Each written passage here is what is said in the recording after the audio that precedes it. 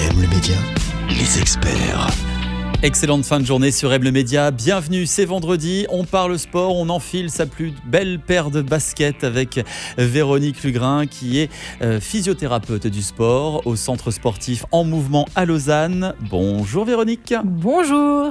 Alors Véronique, tout d'abord, on va parler du sport. Le sport, c'est vrai que c'est bien, ça nous permet de nous garder en forme physiquement, mentalement, mais parfois, il faut le dire clairement, cette passion peut devenir excessive et se transformer en véritable addiction. Donc le sport c'est bien, mais quels sont les différents troubles qui peuvent être liés au sport ?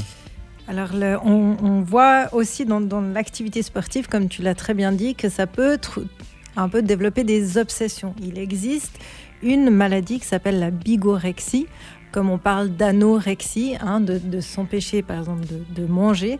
La bigorexie, c'est le besoin de pratiquer du sport avec excès, qui est lié à une perception, peut-être une estime de soi, une perception de soi-même, de son corps, de l'image de soi qui va être un petit peu perturbée, d'où le besoin d'aller faire énormément de sport pour rester musclé, pour essayer de ressembler au corps qu'on souhaiterait développer.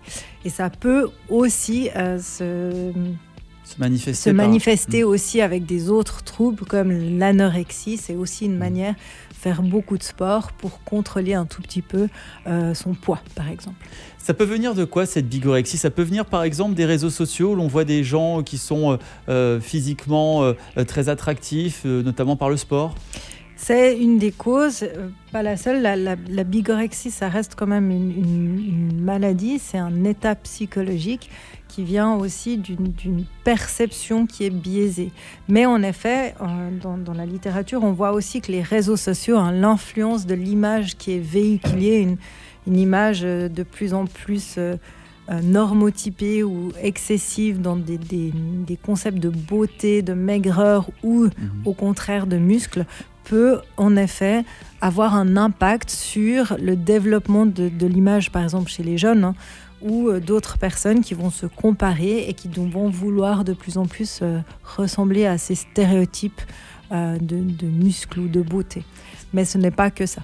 Ça a des impacts physiques et psychologiques, la bigorexie ? Ça a des impacts physiques, sociaux et psychologiques. On imagine bien que si par exemple on a une vie de famille et puis qu'on a besoin de faire 5 heures de sport tous les jours, ça va avoir un impact sur ses relations sociales, sur ses relations familiales, mais ça a aussi en effet un impact sur l'aspect hormonal, sur le risque de blessure. On sait que si on s'entraîne de manière excessive, on a plus de risques de se blesser, d'avoir des blessures de surentraînement.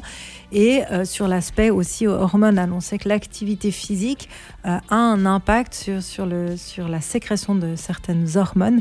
Et du coup, ça peut aussi avoir un impact sur l'aspect hormonal et toujours sur cette estime de soi. Donc c'est pour ça qu'on essaye un petit peu, quand on se rend compte qu'il y a des personnes qui sont un petit peu dans ce cercle vicieux de la consommation de sport excessif qui est bien au-delà de la passion, on va essayer de travailler avec des psychologues et puis de les orienter un petit peu pour adresser cette problématique. Quel conseil donneriez-vous si quelqu'un est atteint de bigorexie ? Comment s'en sortir facilement ? Je pense que ce qui est très important, c'est de ne pas avoir peur de demander de l'aide, comme toujours.